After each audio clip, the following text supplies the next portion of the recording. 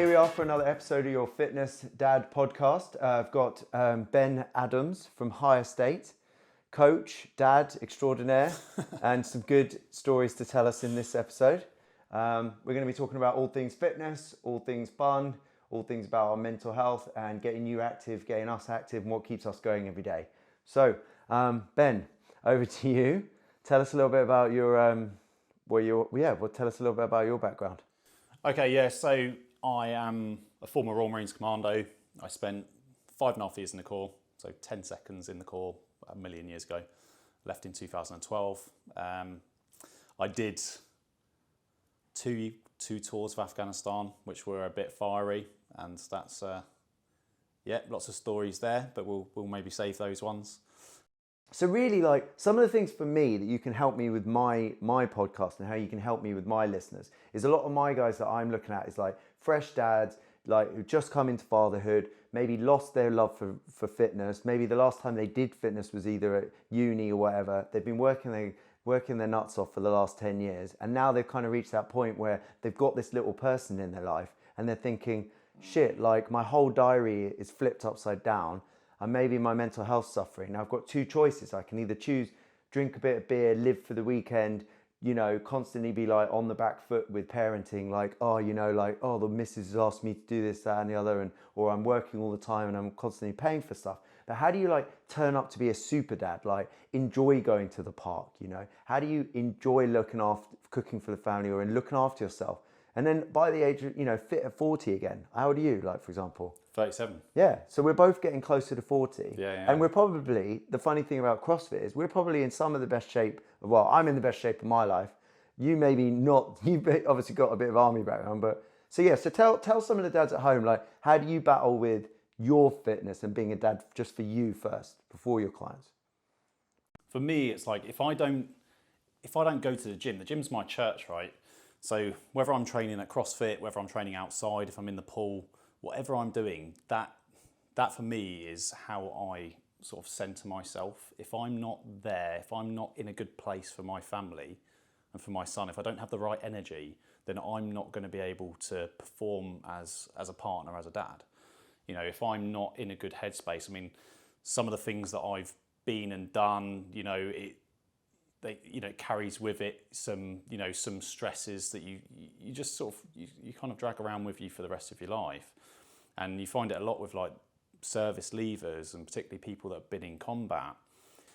We have like the David Gogginses of the world and the SAS Who Dares Wins, these these alpha males, these examples of stoicism and how even stoicism has become this very on trend sort of philosophy at the moment, and people are sort of I'm seeing a lot of it. Just getting on with it is not always the answer. Like, you'll have David Goggins in the pissing rain going, I'm a badass, like, come outside, like, stop moaning about your problems. It's like, no, mate, for starters, we can see that Goggins is completely tapped. He hasn't addressed any of his problems. He's just sort of running and beasting himself through them, but those problems are still there, and you can hear it in his voice and you can see it in his face. The same with a lot of our, our ex-SF guys that are in the media at the moment. They've got best-selling books. You have people that are probably a bit more open about their sort of the emotional side of things, and they're sort of willing to accept that they're not superhuman. At the same time, we can't. These people are anomalies. The amount of stress that they can undertake physically and mentally is something that is well beyond what the average human being can cope with. And that's what selection, these type of courses, will draw out of people. So then for them to be advising people who are homeowners, the family man, people who have day-to-day jobs and they don't have any military or combat experience, it's just not helpful. So people feel that they're sort of inadequate if they can't just get on with it. We can't just get on with it sometimes. When I joined the Corps, I was in a massive state of depression.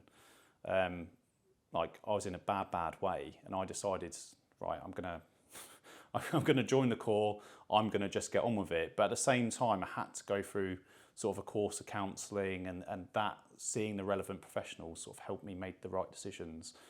If I just got on with it, I think it would have just been a catalyst for disaster. You know, taking somebody who's in a bad mental space and putting them in like combat environments is just not a good idea. You know, we need to address these things first. There's an element of working hard and, you know, gritting your teeth and getting on with things that we need to be able to do. You need to be able to do that in life. The whole British keep calm and carry on, you know, we're very good at that and sort of ignoring what's going on around us. But we also, I think we're coming into an age now where people, particularly men, are more open to their emotions and how life is tough, and they're more willing to seek like people that are going to help them with like the head side of things, you know, so counsellors and things like that. Just battering it out is not going to help, but you know, it's well proven and it's well accepted that, you know, some physical activity is good therapy. You know, that dopamine release, feeling fit and healthy, it's going to be a positive in anyone's day, I think. But what you're also saying is that sometimes when you maybe coach with somebody as well, so maybe if you don't have time to get a counsellor or you don't feel like that you necessarily need to, what you're saying is a lot of people are now being told that they shouldn't need to seek help or they shouldn't need to seek counselling, they should just rough it out and get on with it. But if you had a PT or a coach or somebody like that, what you don't realise is that in that 15 minutes of the warm-up and getting, you are deloading some of that stuff with your coach, you're processing that. And then you have a good 40-minute workout or something like that. Yeah, absolutely. It's amazing the relationships you build up with your PT. Like if you're doing in-person PT, I don't do it so much anymore, but I used to do about 40 hours a week. Wow. Those people were spending more time with me than they'll spend with their best friends or you know, their loved ones. Because, you know, if you see 2 hours of solid time together a week, 2 or 3 hours every week for the whole year, that's more like quality time you spend with anyone else. So yeah, you are that sounding board. It's like, you know, people talk to their hairdressers, or you go to the hairdresser or your barber like once a month, see PT like 2 solid hours a week. But at the same time, if people are coming to us as exercise professionals and we can see that actually there's some, you know, we have a duty of care to say, right, I can see that you're in a bad headspace. Why don't we park this? Let's go and sort you out in terms of your mental health, even if that's going to eat away at your PT budget. Let's go away, speak to someone. Let's get this resolved. Or if you've got an injury, I'm not a rehabilitation specialist. I've helped people I used to think I was in the past. We're like, yeah, I can help rehabilitate you. It's like, yeah, but I'm not a physio. It's like I can talk to you in your warm-ups, I can talk to you in your sessions, but I'm not a counsellor. You know, it's outside of my remit.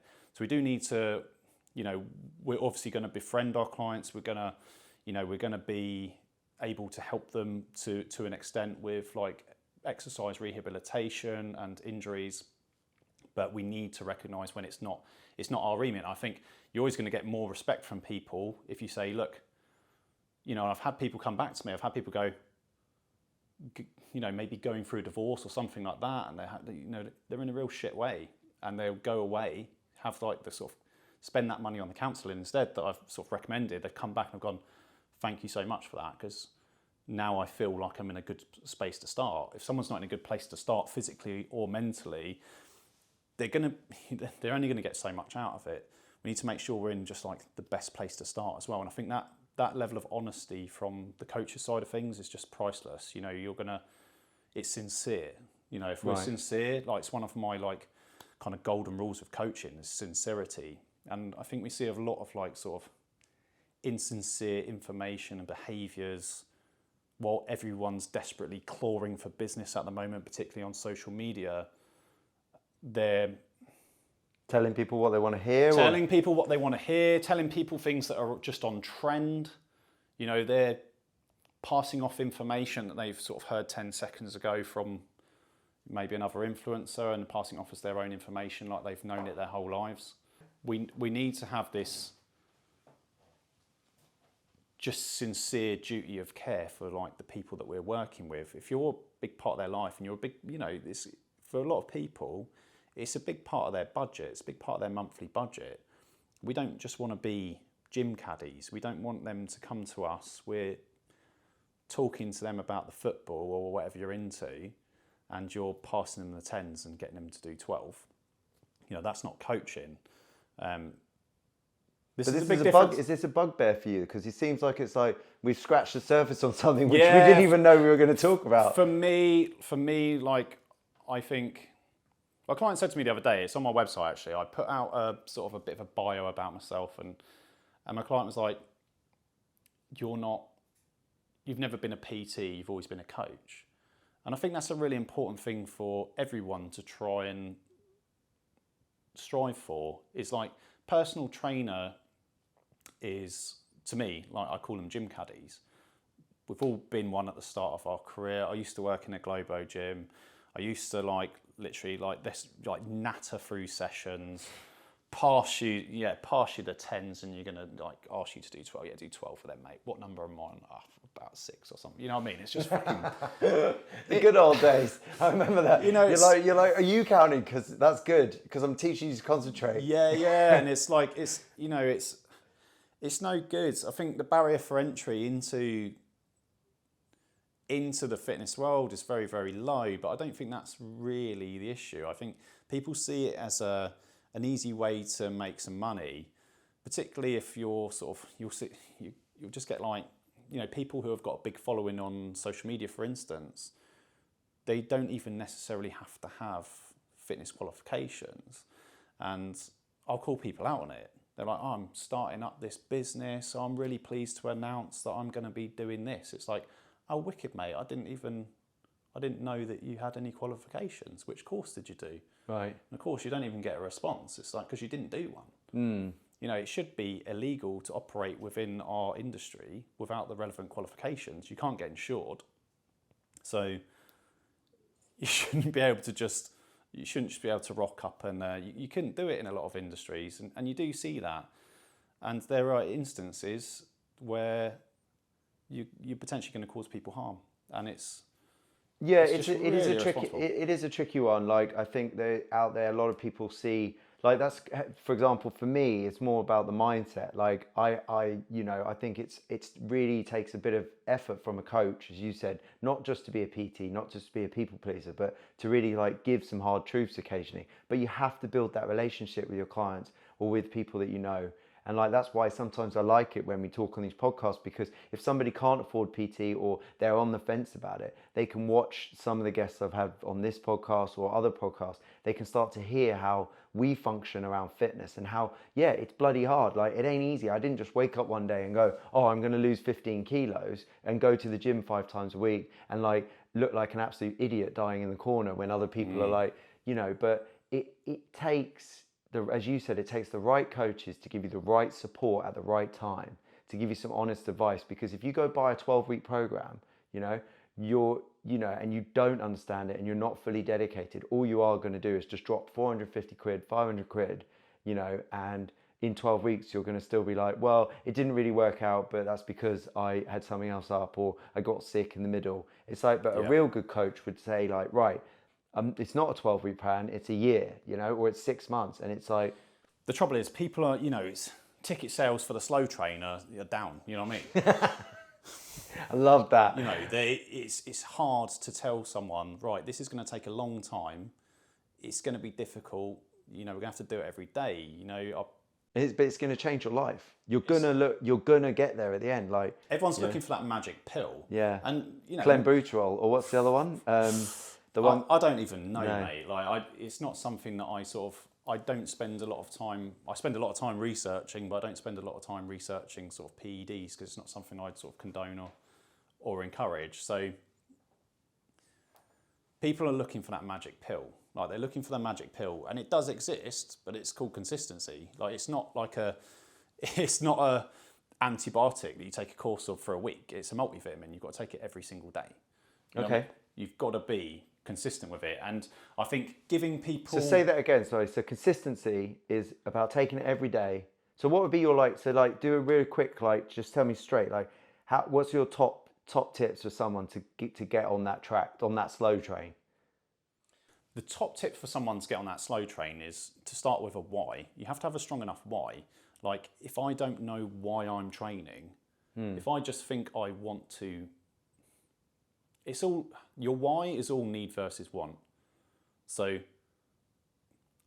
I want a bigger house. I want a Lamborghini. Oh, I want to drop 10 kilos. I want to drop 10 kilos. But why do you want to drop 10 kilos? Because you've had a diabetic, you've been warned by the doctor you're going to get diabetes. You've been warned by the doctor, if you've had a health scare, if you think like your missus is going to bin you off because you've lost interest in looking after yourself, you don't have the energy to sort of be functional in that relationship, then now you need it. Now you need it, you're going to work for it.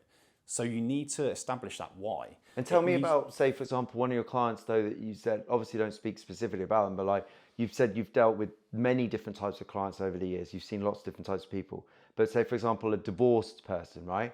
How they must come out with so much fire, like wanting to like drop 10 kilos. They want to get back out in the single market. Like how do you, how do you tame that fire sometimes? Or what, like, I don't know, just like, you must have had anecdotes of like freaking crazy things where you've had to slow people down and just get them to actually get that success. Do you know what? Once people have that need to jump on that train, to get on that journey and start that journey, they're not going to need, they don't need kicking up the arse. They don't need help getting out of bed in the morning. Yeah. You don't need to convince them to go to the gym. Yeah, you don't need to convince them. They're going to be there on time. Yeah. You don't need to convince them to listen to a 30-minute podcast on nutrition because you can't explain all of that 30 minutes to them in 5 seconds. Because that's another thing with nutrition. I got this guy talking to me and he's like, I don't understand how you know all this stuff. Give me a meal plan. I'm like, even if I give you the meal plan, you're never going to be able to cook that meal plan and follow it 7 days a week. If you don't understand about food, like, I can sit with you, but we're going to have to sit all week and go over it, yeah? Yeah, people think that, like, they'll come to, I've had this so many times, like, oh, I can see other services that are offering meal plans and this and that. Most meal plans are not going to be centered around what you enjoy eating. Yeah. Or, and if it's not that, if I'm telling you to eat chicken, rice and vegetables 6 times a day for the rest of your life, then pretty soon you're going to reject that and you're going to end up back where you started. It's not about... And that's when, if you don't have the why, you just flip back to nothing. Yeah. I mean, we can, particularly for like, weight loss, losing body fat, I think that is just, it's a small deficit. It needs to be that long, slow journey. We can hit it hard at the start. I don't really do this anymore, but we have done a lot of it. We can hit it hard at the start, keep, spark your interest, keep you hooked, make sure you're seeing those results, but then we're going to go, right, we're going to come dial it back a bit. If you had a twin and one of you was on a 100 or 200 calorie deficit, how are you both going to look when you rock up at that wedding in a couple of years' time? The person that took like the big, they went for like the big hitter diet. I've done my, my intermittent fasting, my Herbalife, my can of fuck all diet.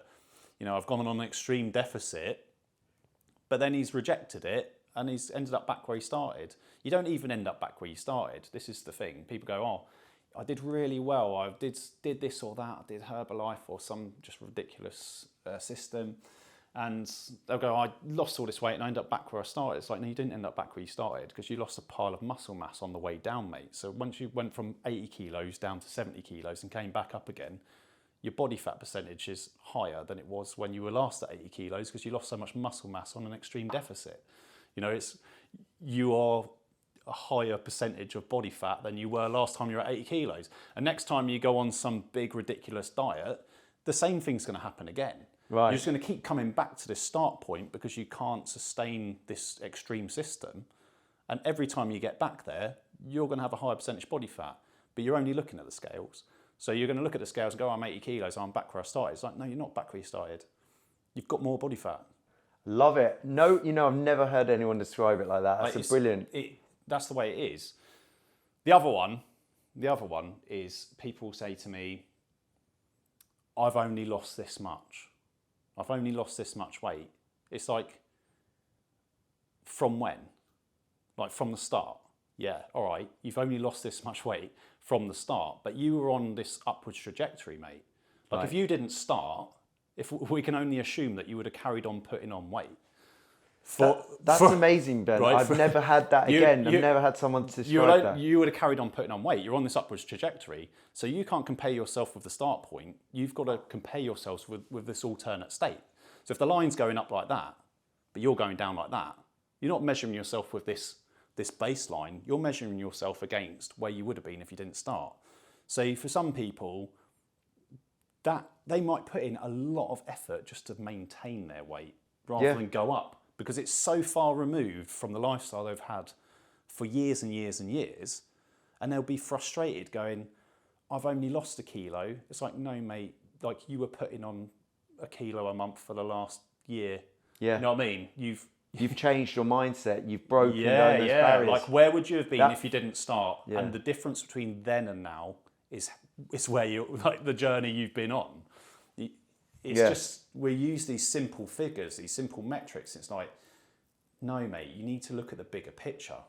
So tell me more about your plans now for HYR STATE and the future of your training. You've talked about how you've trained a lot of people. You've done your 40-hour weeks as a PT. You've seen a lot of clients want weight loss goals, want things like that. But now you're really, really stepping into this master coach sort of position where you want to push this HYR STATE boundary. So what's this about? Right. What this is about is, for me, I've never learned anything about myself in a comfortable situation. Like, in a state of comfort, you learn nothing. Like, stepping outside of that comfort zone, like joining the Royal Marines for me was so far removed from the place that I was at the time. You know, it is fucking horrible doing the commando course. We watch all of these programs and they make it just look fluffy. And I'm sure to people watching, they go, that looks horrendous. But it's 10 times as horrendous as it looks on the telly. They don't show, it would look inhumane to see what actually happens on the commando course, because you're near hypothermic half the time. You're being just absolutely grilled. Like, people are shouting at you. They just couldn't repeat on the telly the things that people are saying to you the whole time. It absolutely breaks you down. You get to a point where, like, you'll be on a march, like, as a troop, and if you stop, you're out of the troop. You're at least going back to the next troop, or, you know, or into like a sort of what they call hunter company. You're gonna have to get a bit physically stronger there. That's where all the people, like the broken people get injured, go, and before they get put back out into mainstream training. Well, no one, I don't think anyone in their training, you probably come close to it in CrossFit. Like, CrossFit's the closest thing where, or anything like marathon running, you know, endurance, triathlon, you know, things where people are absolutely pushing themselves to the limit. You know, if they stop, they've lost. Right. You know, if you stop, you lose. And when your body is absolutely screaming at you and you just want to stop, every single fibre of your body wants to stop, but you don't let yourself, you start to learn things about yourself. When you're in adverse weather conditions, not for 10 seconds, not like I'm walking to my car and it's raining, I better run, or it's a bit nippy, I better put a jumper on. You might go out in the dead of winter in the snow for a week, and the training team will have you crawl through a puddle because you've done something wrong, and you're in those wet clothes for a week. You know what I mean? In sub-zero temperatures, you might have 1 or 2 hours in some dry clothing at night before then someone comes and starts firing blanks at you on an exercise, and you're back in your wet clothes again, running around and doing things. Like, it's purely sleepless, but you start to learn things about yourself. There's something that almost like watching people endure this type of thing and go through mental and physical hardship, it almost chokes me up. When I see people that have like come from here and they're like, they didn't just go, I'm going to go to the gym. They went, I'm going to do an Ironman. Like, I'm fucking dying. The doctors are like, right, I need to sort myself out. And they didn't just go to the gym. They went, I'm going to aim up here. And when I see people sort of pulling themselves up and putting themselves through this type of hardship, I'm like, they're my favourite kind of people. Right. You know what I mean? I like that. You know, I absolutely love it. And for me, it just resonates with me. It's like... So that's why you started HYR STATE, is to when you're in that higher state of mind, when you're in the middle of a 226 mile run into your next marathon. Yeah. You know, it's 76 or so. I mean, my numbers are not always great, but it's like 76 miles is to run or something, you know. I knew a guy the other day, he runs an events company. He did a marathon, a 5-day run through Scotland or something like that. Yeah. He had to do a marathon a day, nearly. Yeah. Yeah, it's mad. It's superhuman, isn't it? So when people are striving for that next level, that higher state, that's what I'm interested in, and that's just me. Like, I personally thoroughly enjoy training people that are on that journey, and I feel like people waste their bodies. They waste this lifetime.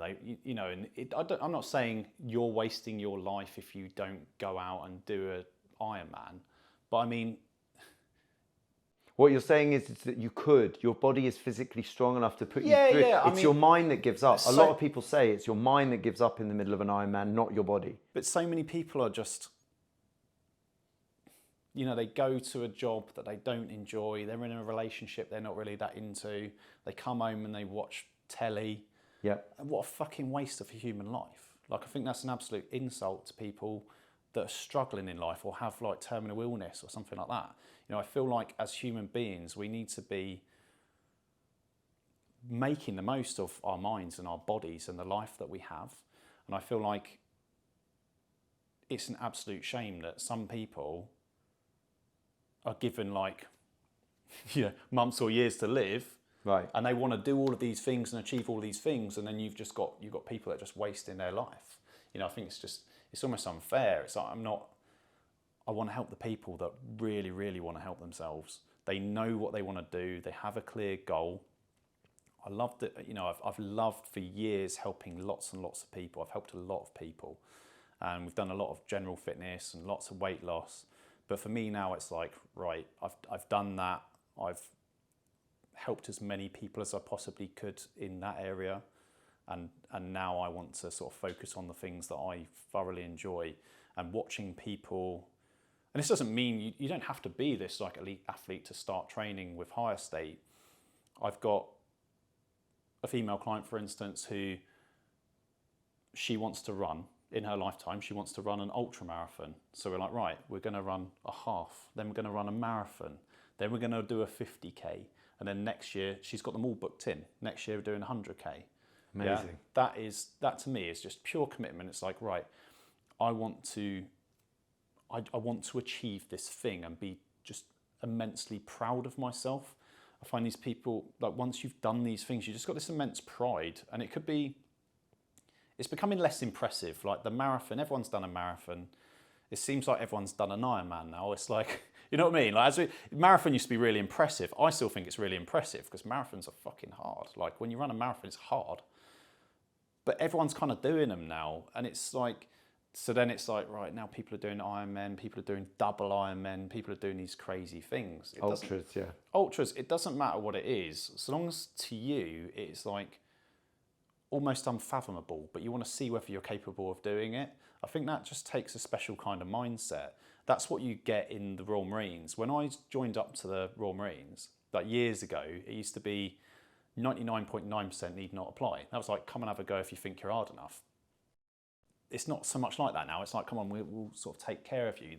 The Royal Marines, we used to have the potential Royal Marines course. Now it's like the candidate preparation course or something like that. You know, it's like, you know what I mean? It's like, right, well, you're potentially a Royal Marine. Now it's like, we'll get you up to speed. Yeah. It's like, no, fuck that. Like 99.9% need not apply. That attracts people that want to go. That's a good slogan for HYR STATE. You could have HYR STATE, 99.9% need not apply. I thought about putting it on my flyers. I honestly thought about putting it on my flyers. You should go all in. Like, that's about burning the boats. Did you ever hear about burning the boats and like proper niching down? So talking a bit about business, talking a bit about sales as well, and talking a bit about life. Like, because obviously there are parts of, we talked about the whole package. It's like, fitness is one thing, having a good marriage, being a good partner, whatever your relationship is, but also business is a big part of our life. And if it's turning up for a promotion, turning up for something else, don't just like say, oh, you know, work's a bit shit to your PT, I'm not going to get that promotion, I'm not going to apply myself, I'm not going to pay someone to help me redo my CV, I'm not going to go for interview practice. Like, that's something that blows me away from people. Like, you're trying to get a new job for a job that's really punchy, but you won't do 2 hours of interview practice with someone. Yeah. You know? But anyway, that's what you're saying. It's like, I heard this phrase about niching down, right? So getting into your niche, so really honing in on your ideal client, your ideal sales, whatever product you're trying to sell, you know? So if you're all into like balloon arches, right? Go all in, yeah? Yeah. Don't offer like face painting as well. Just offer balloon arches, you know? Or if you're all into like fitness, do HYR STATE, which is like 100% into it. This is the thing, like basically I have one product to do it well, there's one price, there's no discount for anyone. You know, and that's that. That's what I focus on. We kind of have another product where it's team training, but essentially that's a big run up. We're having lots of conversations and working with some interesting organisations that are very sort of specialised, like within the police, hopefully in the military. Yeah. And that will be, you know, we'll talk about a price later on. That's like a bespoke package for a team. Let me go back to 99.9% need not apply. Yeah, tell me. Because I ain't done that. Yeah. That type of mentality, that drew in people from all walks of life. So whereby in the army, if people had a degree, you're going to Sandhurst, you're probably going to be an officer. Whereas I had people in my training troop, just as a normal rank, as a, you know, training to be a Marine rather than in the officer training, who were lawyers, who had degrees, had done also. So you attract these people that just, they're there because they're up for the challenge. You know, it's not like they had no other choice in life. And that's what draws in like these thinking soldiers. That's where it's a completely different organisation. What's the thinking soldier? Sorry, tell me about that. The thinking soldier is like commandos are renowned for sort of being renegades. You know, we will always sort of, you know, the hierarchy, maybe not Marine level, but sort of slightly higher, you'll start challenging the ideas of the hierarchy, and they'll actually take into consideration, we'll almost have like a bit of an Irish Parliament and take into consideration what everyone's views are on a particular task. It's more like within other organisations, very different. It's like as soon as there's sort of a bit of hierarchy, that's it. What they say goes. Yeah. And it's not like you're not even willing to sort of listen to. No, a good friend of mine at school. We had cadets at school and boarding school as well, but that's regardless. It wasn't just boarding, but it was, you know, we were a nice school, but we did have cadets, and there was this small route into the army if someone wanted to take it. There was a taste for it. We went on overnights at the weekend. We were young, and he was literally from the age of 12, 14 in it for the whole way. He wanted to be in it the whole way. And long story short, I touched base with him a couple of years later and was like, how's it going? Bumped into him somewhere. And he goes, oh, I'm a school teacher now. And I went, what do you mean you're a school teacher now? Like, that was your life. You were literally 100% army. That was what you were going to do. And he went in and he bumped heads with this hierarchy that you talked about. And there was no thinking. And he was too smart, and he was like, and he said that there was a couple of times where things came down and he just wasn't gonna roll over. And that is obviously what you're trained to do, is to be told, take an order and obey it. Yeah. But I didn't get the full breakdown, didn't get a podcast with him, and maybe I will find him one day. And but you know, and it was just interesting to hear you say that as well. Like, I think there's always going to be like, even our own hierarchy, as it goes up, you know, you get the big ideas club at the top. There's always someone in an ops room somewhere having a cake and arse party. We call it the big ideas club, you know, and they're coming up they're just coming up with stupid fucking ideas because they're looking at a map, you know, they're moving men around a board. When you're on the ground and you're seeing things for what they are, and you know the risks that associated with going into a particular area because you're the ones on the ground, then you need leaders that are going to challenge their hierarchy and go, well, actually, there's no tactical advantage to going into this area. So I strongly advise, you know, I'm like strongly opposed to this idea. And that's where the difference lies. That's where the sort of the thinking soldier sort of idea, comes from. Where Do you ever remember Blackadder? Sorry. Do you remember Blackadder? Blackadder, yeah. Do you remember was it the second one where they're in the, is it second? Yeah, when they're in the world. Blackadder goes fourth. Yeah. And it was literally like, right, Yeah, over you're the going top. over the top. Yeah. Yeah. So it's very outdated. And if you're a leader in any organisation and you don't think that the people below you have good ideas, and you're not utilising the minds of the people underneath you, then you're either a terrible leader or you've employed terrible staff. Like, why would I not utilise all of these great minds? And if it's very old hat to go, well, no, I'm in charge. I don't give a fuck what anyone else thinks. It's like, well, you're going to come a cropper, mate, or someone else is, at the cost of you being stubborn or, your own ego. So, yeah. Anyway. Nice. I think we've digressed. No, I mean, I love it. I think we could do a whole podcast on the services and stuff like that. And I think really what we were talking about before that is, to recap, is that we were talking about HYR STATE. You were talking about your passion now is to really take that 0.1%, 0.01%. So back to that 99.9% need not apply. You wanted to close that off. You were saying that we got onto the thinking soldier, but 99.9% need not apply. What are you really trying to hone on that? What are you trying to hit the nail on the head with? What are you trying to say? For me, it's that person. It's that small demographic of people. Years gone by, if we look at our ancestors, these are the people that went, what's on the other side of that hill? These are the people that went to the top of mountains, went out into space, sailed across that body of water. We need those people. If we didn't have that, where would we have got to as a species? So these people, these pioneers, these brave people, it just resonates with me. Like we all idolise somebody that's done something extreme potentially. Like in the fitness world, we look at the people that are at like the higher echelon, and I don't think that's really who I'm. I don't think that's really who I'm working with. I'm not working with elite athletes. People who are the top of the top, the creme de la creme. Hopefully one day they'll come and work with me. But that's not them. It's the people that are like, I want to be an athlete. I want to live my life like an athlete. I want to make decisions like an athlete. I want this to give me purpose. I've got a really big why. They're the people that I'm working with. The people that they have a need to do these things. Yes. It's almost like a spiritual journey. They're going, they can't imagine a life without doing this. And once they achieve that thing they set out to achieve, these are the people that are like, in tears at the finish line because they can't believe that they've just done what they did. The burliest men, the most elite people, receiving their green beret at the end of the 30-miler, breaking down into tears. I can't fucking believe I did that, because every single moment along the way, I couldn't have, I wanted it so bad, I needed it, but I still couldn't. For me personally, you have people that have more belief, maybe more self-belief.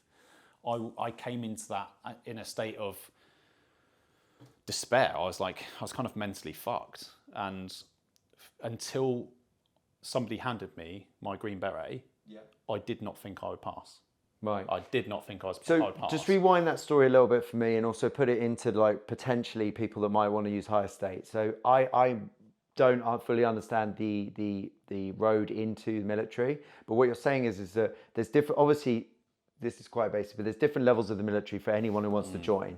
You're saying people can just join, but if they want to go into one of these, like, obviously lots of people talk about the SAS, or you're talking about, tell me a bit more. So what you're offering now is also another version of training for people that are fit, people that have got that, and they're already in maybe a service, but they want a promotion of a harder division to be in. Is that how it works? So Okay, so there's a few different things. So basically, it's very limited, the resources available to people that are joining the forces, or they might already be in the forces and they're going on special forces selection or something like that. Got it. So you can go on, for instance, if you're joining the Royal Marines, then they might direct you to the Royal Navy website, and there's essentially a PDF on how to get fit for the Royal Marines. Yeah, and it was what? It was 100. You have to do 100 pull-ups or 10 pull-ups. No. I mean, it's all kind all of those changed now, videos, isn't there? But it's like there's no systematic Yeah. training. There's no training system. It's not systematic at all. It's just like a PDF. It's like, right, follow this, follow that, follow this. Right, what if I twist my sock? What if I go on holiday and I don't have access to this? What if? You know what I mean? It just doesn't work. It's a training program, not your training program. So everything I do is bespoke. It doesn't matter whether it's bespoke to the individual or for the team training, bespoke to the team. If you're a team going on a particular competition, and no one's even ever heard of this competition outside of a very small clique of people, then how is a generic training program going to get you fit enough for that competition? You know, if you're joining an elite organisation, it doesn't even have to be the Royal Marines. I'll train people that are going into any branch of the military. The physical standards are still high by most people's. Yeah, I mean, even to get into the fire brigade, you've got to be pretty fit. You can't just. Yeah. You know. So I've trained a female going into the fire service, and like particularly, you know, her upper body wasn't strong enough to do the things she had to do to go in. So I'm like, right, yeah, I'll definitely work with you. She's also doing a half Ironman, so that's a bonus. That's a bonus, yeah. So she's like joining the fire service, doing a half Ironman. I'm like, yeah, cool. Like this is for you. It's just so limited. It's so limited. Like people will, there's like coaches out there that will do. You've got to find the bespoke service. I think it's just nothing's as good as like a bespoke service having your own training program. Like you're lifting X amount this week, you're running this fast, you're running your 5K this fast this week. Right, what we're going to do next week? We're going to use percentages of those weights, those run times. You know, if you buy a 12-week program, generic program, how does that know how fast you went? How does that know that actually this week I couldn't manage it at those percentages because I just couldn't, or I'm fatigued, or I didn't eat enough, or I didn't sleep enough. There's so many variables. And when you don't have that constant feedback loop with your coach, then it's not bespoke. Like you've been left on your own. There's so many people that are literally trying to get as many social media followers as they can, and then they have an automatic sales funnel that sells you a PDF, which is what I said, it's an electronic piece of paper, right? So you're buying a piece of paper that was written for anybody that wants to pick it up to achieve any goal. Like, it doesn't work. Like, it absolutely doesn't work. So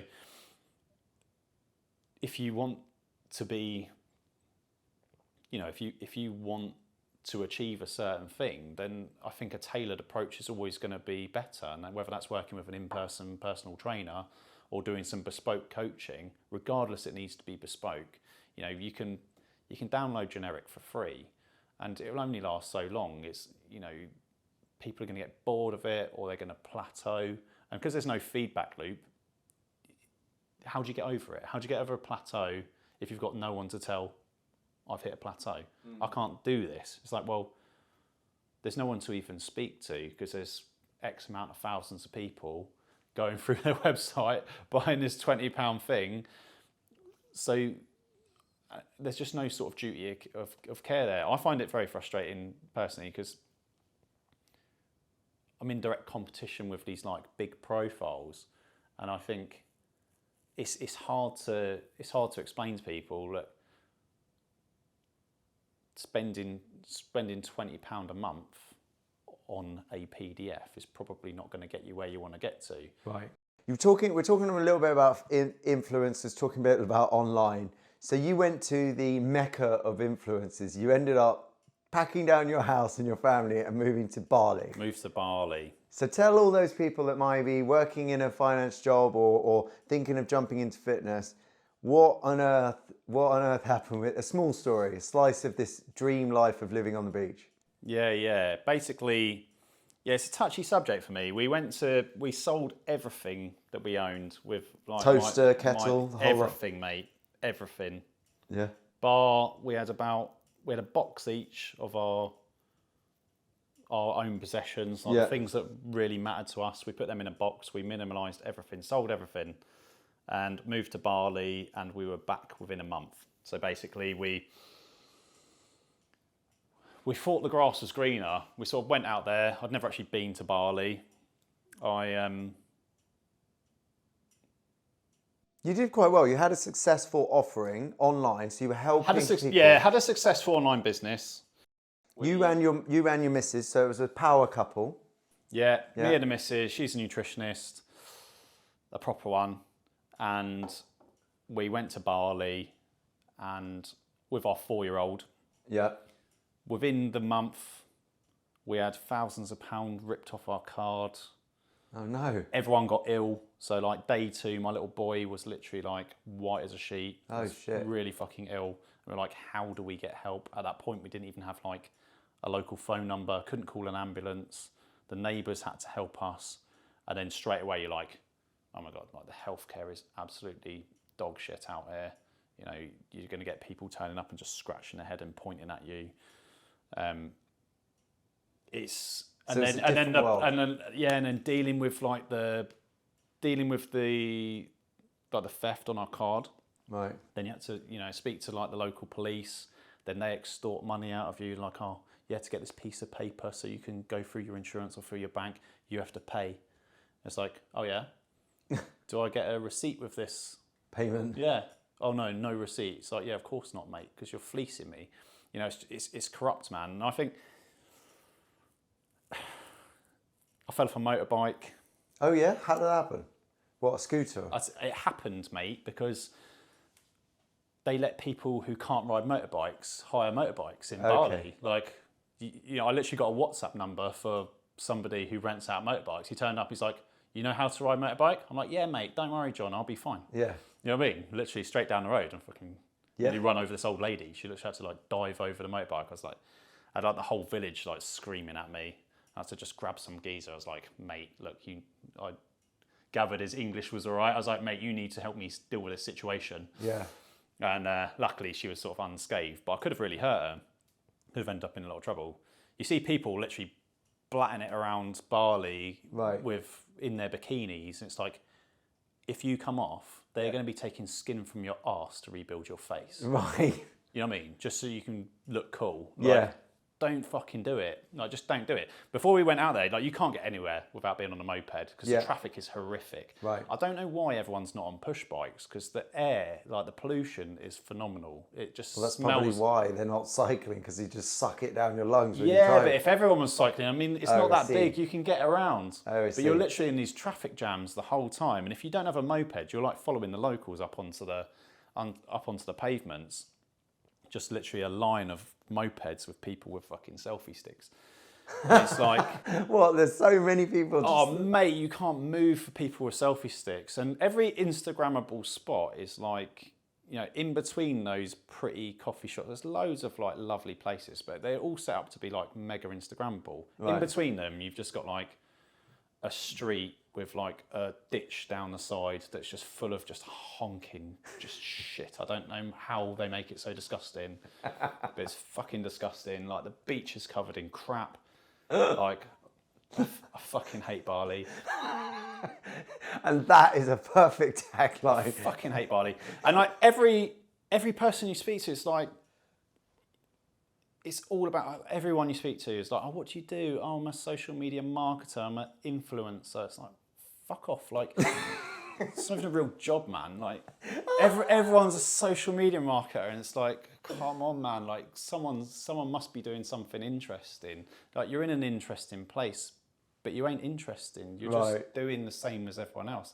And I know I sound a bit bitter, but I do think that it felt unnatural. Like, they're like, yeah, everyone's mega friendly out there. It's like, yeah, everyone's mega friendly because they want some money out of you. Right. Like, if if you're walking past someone's shop or past their coffee shop, they're going to be mega friendly with you. And I'm sure they are friendly people, but there's definitely that, like, it's like being in Thailand, it's like being anywhere in Asia. It's like, oh, we can make a few quid out of this person. You know what I mean? So I'm going to be extra nice. Of course I am. It's got the potential to be a beautiful place, but you can't even sit out in the evening. You're sat there and there's like mosquitoes everywhere. It's like, I tell you who it's a mecca for, Bali, mosquitoes. Like, if you're a mosquito, you're in fucking heaven in Bali, because it's literally a tropical island covered in stagnant water. And people. Because there's just white rice paddies everywhere. Yeah, right. So you can get like dengue fever. So any one of those mozzies could give you dengue fever. And like if you're going to end up sat there on a drip if you've got dengue fever. Wow. If both of you get dengue fever and you've got kids, then potentially you both could get hospitalised, and then your kids like looked after by a cafe person. Looked after by some, I don't know. Yeah. You know what I mean? So that's a scary concept. And then the idea of we didn't think about what we were doing at the time. Like I was like, potentially it could have been a beautiful life for my little boy, and that's what I thought I was doing. But I didn't fucking ask him. I didn't say, do you want to do this? Right. I just sold him the dream. Right. I took him out of his bedroom, took him out of his home, took him away from his friends and his family, and sold all of his fucking toys. Oh, okay. That's what he associates with going to the beach for a year after like coming back. He's like, if we go to the beach, are we coming back? Oh, shame. Like, can we stay, like our current home, can we stay here forever? Well, maybe not forever, mate, but you can stay here for a fucking long time. He's like, no, can we stay here forever? Like, yeah, my daughter asked me that the other day. You know, if I go on holiday, like, he's like, now he associates, if I go on holidays, does that mean I have to sell all of my shit? And it just seems fucking selfish. But what really was happening when we went to Bali is we thought the grass was greener. And I feel like that's a common theme in life. Everyone's like, firstly, you got, I'm unhappy or I could be happier, so I'm going to look externally for happiness. Yeah. If you're looking externally for happiness, you're looking in the wrong place. You know, we've got to look inside, and there's different protocols and things you can do, like becoming fit and healthy and focusing on things that matter to you, that can help you become happier. And you might become happier for the right people. You might become happier going and seeing different parts of the world. But that's not where to look for happiness. You need to be happy in the first place and then still go on an adventure. You don't find happiness on the other side of the world. You know, you find happiness within. And we thought that we could go and change our environment and become happier because we changed our environment. And that's just not true. You know, I don't think that's true of a lot of things. People be like, if I buy this thing, if I move, if I get a bigger house, if I get this job, if I get this, you know, these material things, or move my geography, that I'm going to be happier. And in some instances that might be true, because you might be moving away from adverse conditions and you might feel safer where you've moved to, or things are less stressful. But essentially, that's not where you're going to find happiness. Like, I think that you take happiness with you. So if you don't have a suitcase full of happiness, then you could be in the beach and 100%. And you know, I sound, you know, for the right person, I think for us, if we were years younger, if we were young, you know, if we weren't parents and we went to Bali, we probably would have never come home. So, you know, if you want to go to Bali, dig out, enjoy it. I feel like it's painted in a slightly different light. For, you know, it's slightly different from reality. When people, because it's so on trend that people are going to go to this place, and when they are social media influencers, they're only going to tell you they're having a good time. They're going to go, yeah, I'm having a fucking great time. Not that I caught dengue fever and I've been shitting through a bucket for the last few weeks. Exactly. Growing up. Yeah, exactly. Like you know, so you've got to be very wary of that. And of course, I'm a little bit bitter. No, you're not bitter. Why would you say you're bitter? Mate, I just get so fed up. Like when you speak to people and they're like, oh yeah, I went to Bali. You know, I lived in Bali. It's like, fuck off, I don't care. Like, so I mean, it's so uninteresting. So go and live somewhere where all the other, like everyone's not just roaming around. You'd be better off in the Lake District. And don't.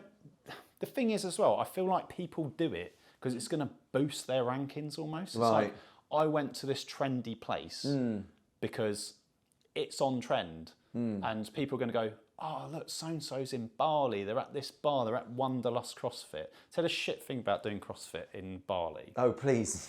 Go on. Say that again. Tell me the shit thing about... The shit thing about doing CrossFit in Bali is everything's rusty. right? So like your RS squeaks, it doesn't really rack up calories how you want it to. It's humid as fuck. So like you're sweating, your eyeballs are sweating before you even walk in the place. Like you just literally like just skin yourself. And it's just full of fucking influencers. Like, I mean, I have. but it's like that. It's like that here though. You can't move for a selfie stick. You know what I mean? You can't move for like. It's like, come on, man. Like this. Well, I wasn't sure if Third Space is now actually banning cameras. I heard a rumor that they're not going to allow cameras in their gyms. And it's like the most influencer, Instagrammable gyms because their memberships are like $240 to $300 a month. But I heard that they're going to have a no camera rule and policy. I don't know if it's true, but I'll have to look into it a bit more. But I just think for me, I would always encourage someone to, it's like going, I'm unhappy, I'm going to absolutely thrash myself Goggins style out on the pavement. It's like, yeah, that's going to help you, like it's going to be part of the process, but it's not the full picture. You need to address like the big things first. And I feel that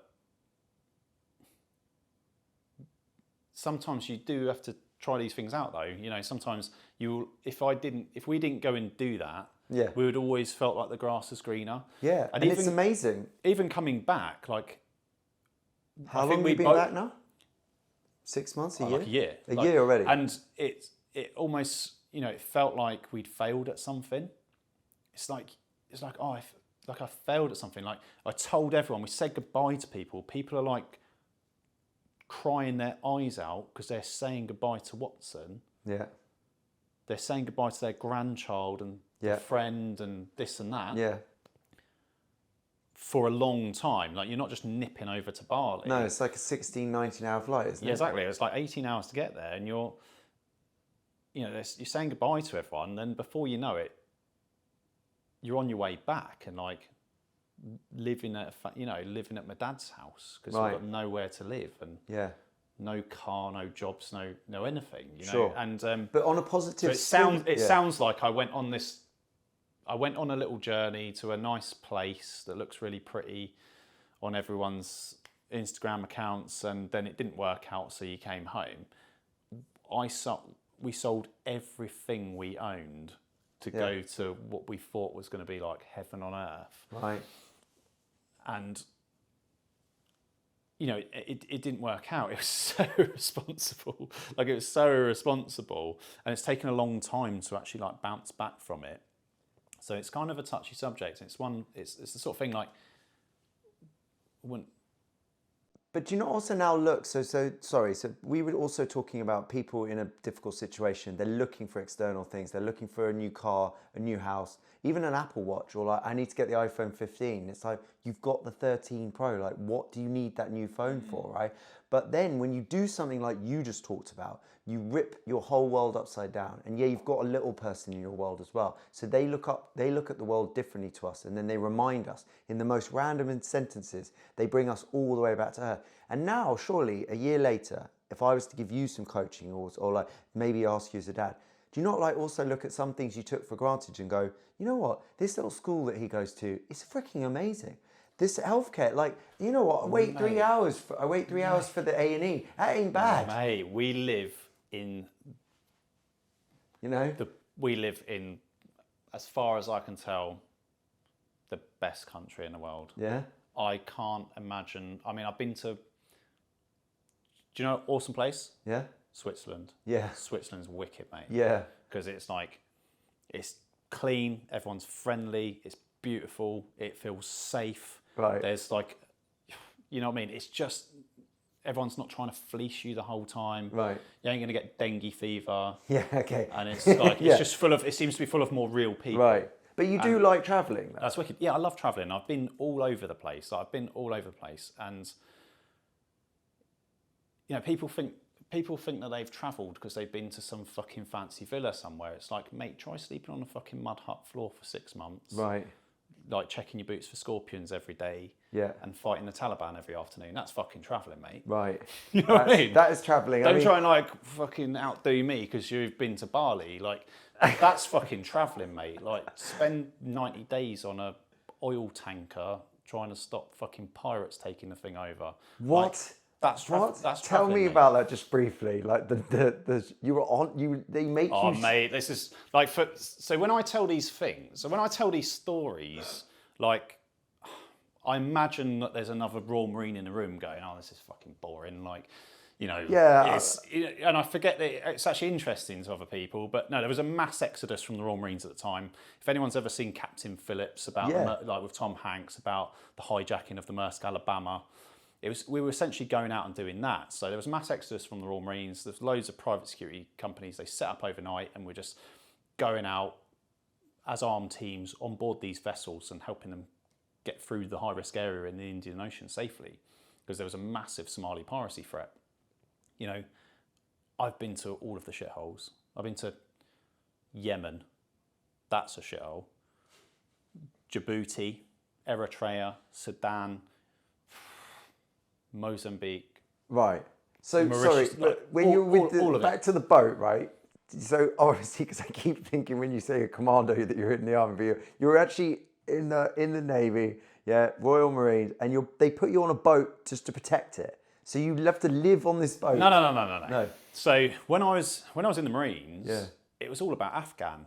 Right, Like yeah. we were just doing all these Afghan tours Right. because it was like, you know, it was full on. So Right. it was just, you know, I went on one tour almost straight out of training, and Right. then within a year I was back out on another tour. Right. You know, my career was fairly short. I was only in for 5.5 years, but I still did 2 tours of Afghan in that time. Now, the Royal Marines are essentially the Navy's elite infantry. Sure.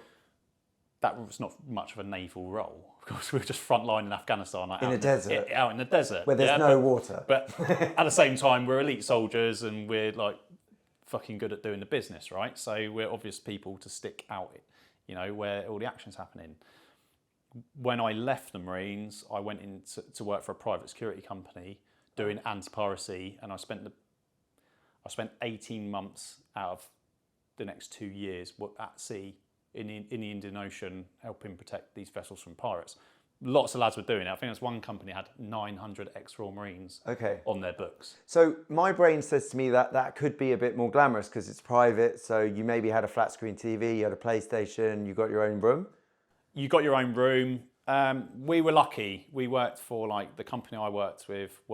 You know, they had some good contracts with some good companies. Sure, whatever those like shipping, Maersk, like Maersk, or the other so ones. most of our jobs were with Maersk, and they have really good budget. Some lads, And they have nice boats. Yeah, you have like steak night on a Saturday night. Oh, you know what I mean? wicked. Whereas some lads are going on, you know, their companies are picking up contracts with like some Chinese shipping companies, and they're getting like fish head soup for dinner or something like that. You know what I mean? Like people are scraping the budget. Yeah, and nobody speaks English on the boat. Yeah, and it's all very. And you're playing like mahjong and smoking 200 cigarettes and Mate, drinking we used to stay rum. on these gunboats. So they were called gunboats. So some companies, you're not allowed inside the territorial waters with your weapons. So they had these vessels that companies had set up where they were like floating armories. So they'd have like shipping containers on, they'd have all your weapons in. So say you were going in and out of certain countries, they had one like just off the coast of Fujairah in the UAE, or you know, one in the Red Sea, one off Sri Lanka. No, I know nothing about any of this. There's boats that live in the sea the whole time. So literally stay out the whole time, and multiple companies will pay to use their service. They'll come in, keep their weapons on board because you're not allowed to take your weapons into certain countries. So, and we potentially get off as well because some countries, you know, they don't have to pay you once you get off the ship. So the company's still paying you to be on these boats, but these boats are absolute shitholes. Like, honestly, like a floating big yellow store, mate, full of guns. It's bad, and you've got multinational teams coming on board. And people have got different habits, right? They've got different habits, and I, of course, I'm biased, but the British are very polite, well-mannered, hygienic, and you wouldn't mind too much sharing if you had to meet some strangers, unless they're a bunch of football hooligans, or you know, you probably happily like share with these people. It was mad. Like people just have different habits, different. Well, I worked in a building site. My building was being built, and I was the least. My job was to rent it out, right? But I went into the porta cabins of the building site, right? And there's signs above the toilets saying, don't stand on the toilets to take a shit. Yeah. And like, Yeah, and yeah. I was like, I've never seen a sign. Why would that sign need to be there? Well, there's, you go to these places and there's cultural differences, Yeah. but then there's extreme cultural differences. Okay. And Come on, let's tell me a few. We can always cut them out if they're too bad. Yeah, I think like you have like some nations, some nationalities. It's polite to burp when you're full, like for the Chinese, for instance. Yeah. So there'll be like Chinese teams on board. You share an 8-man room, and a Chinese team comes in, and you've got people burping and fighting. Like there's a limit to how much burping and fighting you can take. Yeah, you can take. You know what I mean? People don't use. Some countries they don't dispose of like their toilet roll in the toilet. Yeah. Because their sewage systems doesn't work. Yeah, so they put it in the bin. Or if there's not a bin, they'll just put a pile of shitty toilet roll next to the toilet. Brilliant. You know what I mean? Mate, I got like, you're not supposed to drink on these contracts. Hopefully, like one of these, it doesn't really matter now anyway.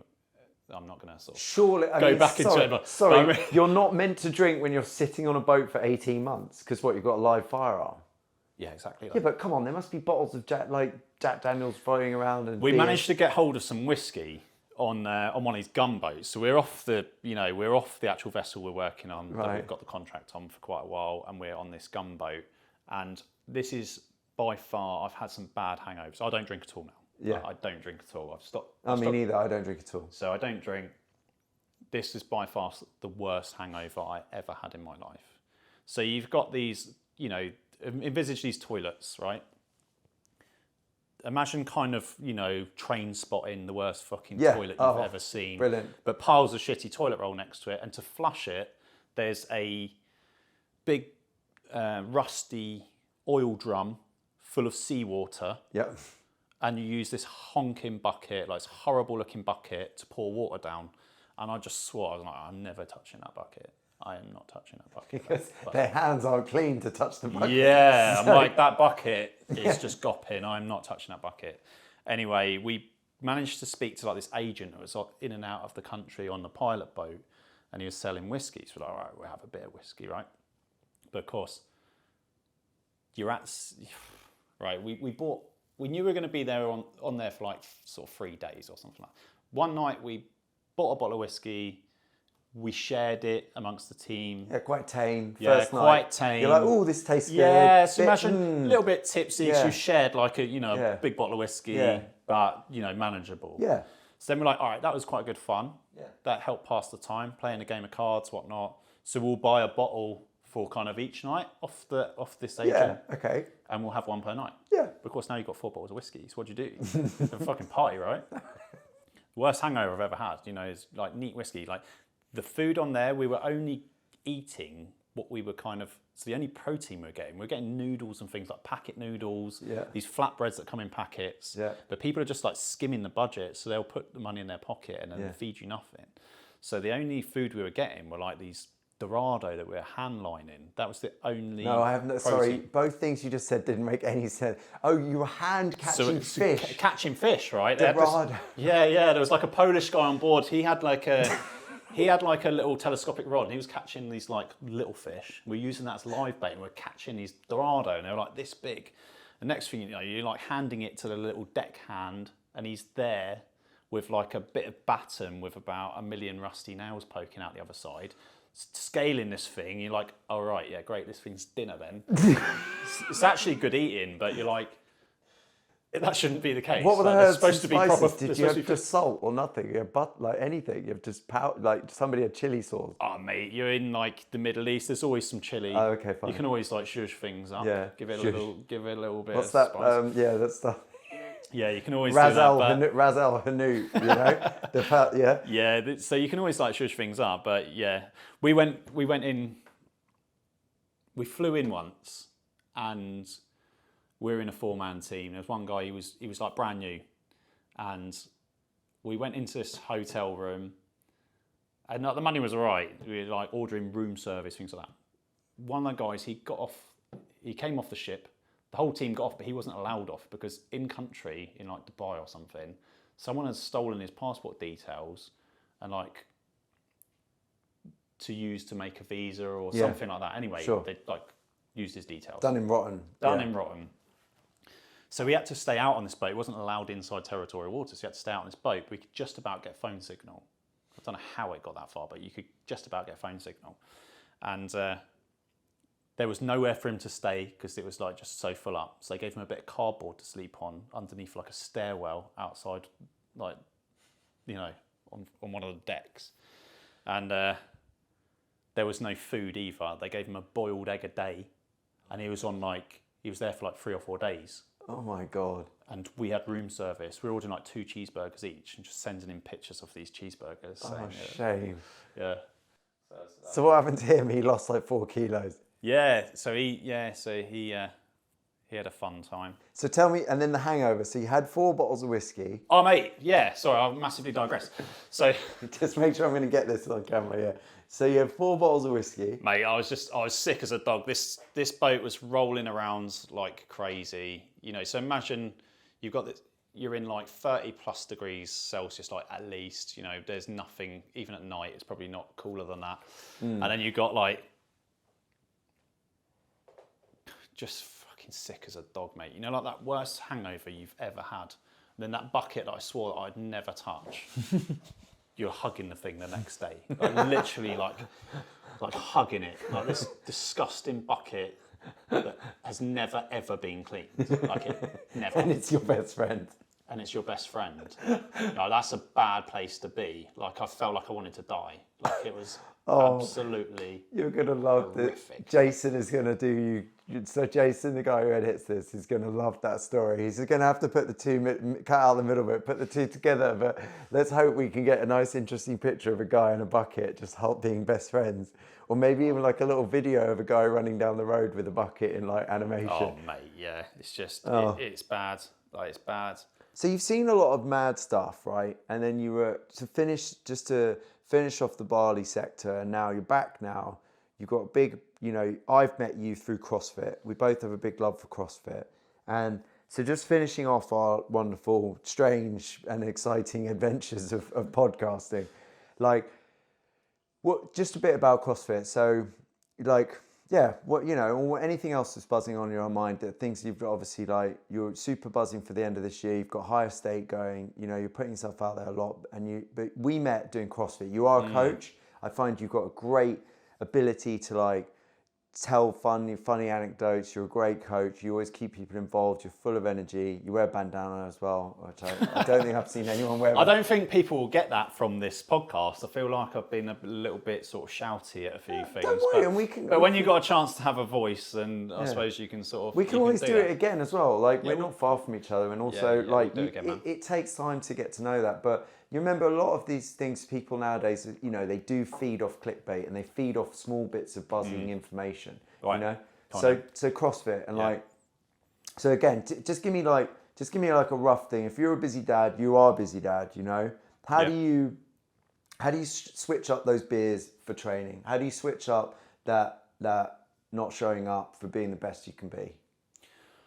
Well, I think drinking and socially drinking, it's habitual. Like you associate, and you know, being in the forces, it's like if anyone's ever been part of a rugby club or something like that, that booze culture, turn that up fucking 10 notches and you've got the Royal Marines. You know, I know what that boozy culture's like, and now I'm in the fitness world. So becoming sober, like not drinking at all, is quite far removed from where I was at. It was almost hard to imagine for a time that I could possibly have fun or get any enjoyment out of a social situation where I didn't have a drink in my hand. And I think that's very typical of us Brits. Like we kind of binge drink. When we get together, we have a drink. Like if we have a barbecue, you couldn't imagine having a barbecue for most people without a beer in your hand. You can't imagine sort of having a birthday, doing anything without drinking. Like, what the fuck's that all about? Like, but it's so ingrained in us, and that's absolutely normal in our society. Going to like a CrossFit community, you're finding people that actually know, you know, there's a lot of people at CrossFit that like to have a drink as well, but you're finding people that are managing to, you know, be part of a community, have fun, and socialise without a drink in their hand. You know, these are all people that they don't need any convincing to get out of bed. For the vast majority, they don't need any convincing to get out of bed and go to the gym and do healthy things, because they're in the habit of doing it, and it's strength in numbers. It's like, I'm going to go and be there with other people. It's not like you're getting up in the dead of winter and putting on your running shoes and going out in the freezing cold and pounding pavement by yourself and just hating life. You're going to be part of a community. You're going to be with some like-minded people. You have a common enemy, and a common enemy is that workout. So this is what it's like when you're a recruit. You're like, the common enemy is the training team. You absolutely fear them because they can make your life hell, and they do. These workouts are hell for a lot of them. So you're like looking at them, you're like speculating, like, or you're talking about these, you know, you're almost like strategizing workouts together. That doesn't happen in a Globo gym. Everyone's doing a different thing. The person at the desk doesn't give a fuck what you do. Like, they don't care. The person who owns a big like franchise gym, they don't really care what people do at the gym. As long as they sell memberships, that's fine. Whereas once you come down to like a few hundred members in a small gym like New Wave, you know, the people involved in that organisation give a shit about you. Like, they want to see you do well. They want to see you improve. They know, like, how many gyms can you go in around the world, really, these days? You don't go into a Pure Gym and the owner of Pure Gym runs your class. Yeah, that's very true. I do. Yeah. Go to New Wave, Fraser might teach you in that class. Yeah. You've got the owner of that organisation training you. That doesn't happen outside of CrossFit very much. Like, you might get some boutique gyms or some small studios where that's true, but that's very rare. We're so far removed from, you know, the person that sort of, the proprietor is, you know, sat in Bali or something. You know what I mean? Good link in there to the end. So I mean, I obviously met you through CrossFit. I adored CrossFit training, but I think at any point, just getting into some sort of training again, simple steps, it's kind of what I'm about. Just like start small, and then the next thing you know, you'll be training with you to do an Ironman in a couple of years. Mate, I think people are scared of going to CrossFit because all they see is elite CrossFit athletes.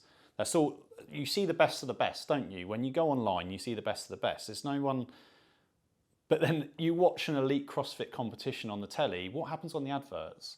They come back to a box in Illinois or something like that, and you've got Doris, who's 82, doing a scaled version of a workout. It seems like they're really good at it in the States. I haven't experienced that much in the UK apart from at New Wave, because we have like the Fit for Life classes, and there's, you know, New Wave could boast that members from the age of 3 to 83 did a version of the CrossFit Open this year.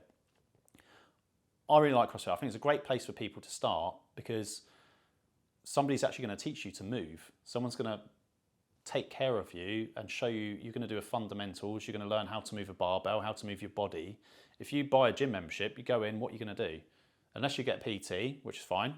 That's, you know, they're going to show you what to do. If you get a good PT, that's great. But just on a normal gym membership, you're not going to get that. Perfect. At the same time, I think CrossFit's a great starting point, but I don't have blind faith in CrossFit. Oh, we do not have enough time for you to tear down Glassman. Like, I know where you're going with that, but that will be a whole nother podcast. Mate, I could do a whole podcast on CrossFit. Yeah, probably. Yeah. Where it's going. I mean, it's gone in different directions. I just encourage people to look at Greg Glassman's concept from the early days. You know, sport was at the top of the pyramid. You know, this was sport was at the top of the pyramid. You know, we got fitter. You know, so obviously Yeah. Because you had the fitness, you know, the sickness, wellness, fitness continuum. Yep. You know, fitness is better than just wellness. But at the top of our pyramid was sport. And that was like your job as a, you know, as a soldier or as a law enforcement. Right, yes. The original inception of... Or the sport you played. Now it's become the sport of CrossFit. And I think that's become too interwoven within the CrossFit community. So people are scared because they're intimidated by... The open. They're intimidated by competitive CrossFit. And it's like, well, that's not actually CrossFit. CrossFit is, you know, us doing constantly varied functional movements performed at high intensity. You know, we're not all competitive CrossFit athletes. I enjoy watching it, but I don't enjoy doing competitive CrossFit. And when I say that to some members, they're like, really? Like, you know, maybe you shouldn't be here or something. It's like, but only a small percentage of the members are actually competitive CrossFitters. You know, 90+% of the people that go into a CrossFit box aren't competitive CrossFitters. They're just people trying to improve their lives. I spoke to someone in the box the other day, didn't even know who Tia Claire Toomey was. No. Amazing. Idea. And I'm like, wow. Like, but that highlighted to me that you're not here. Yeah. You're not here for the same reason as this person. You're here for you. And well, they're there for you as, you know, you're both there for whatever you're trying to achieve. But the vast majority of people are just like anyone else, just trying to get fitter, trying to improve their lives. They're not trying to win the CrossFit Games. And I think that needs to be recognised and that needs to be like really pushed out by the whole of the CrossFit community, not just the individual boxes, not just the affiliates. It needs to be promoted by everybody. It shouldn't be like, you know, people used to say to me, I'm a yoga teacher. People used to say to me, I'm not flexible enough to do yoga. Yeah. So that's kind of the fucking point, mate. You know what I mean? Yes, I'm exactly. not fit enough to do CrossFit. Yeah, but that's the point. What a load of bollocks. Yeah, come down and get started. I'm not fit enough to come down and get fitter. Yeah, yeah, I love that. You know what I mean? I love that. But people, that's the image that CrossFit sort of projects, and I think it's a real shame because people are going, I'm going to avoid this system or this methodology because I'm intimidated by it because it looks like they're doing mad mental shit, and they are. But we scale everything. Like you're going to be aided, you're going to be helped, you're going to be supported. Whereas if you go elsewhere that might be less intimidating, you're going to be left on your own. You know what I mean? You're just going to be, you're going to walk in, scratching your head going, well, I don't know what I'm doing. Yeah. So whether we're getting off the sofa or we're joining the Special Forces or we're going to do an Ironman, I think between the two of us, we've covered from your first moment of plateauing and losing weight to maybe a marathon or an Ironman. We didn't get to talk too much about if you've done any of those.